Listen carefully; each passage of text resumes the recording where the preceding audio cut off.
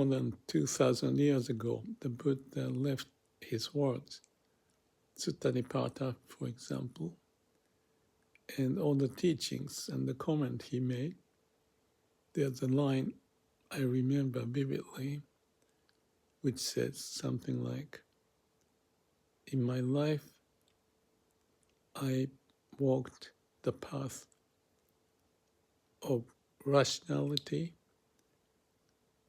and the laws of nature, following the laws of nature.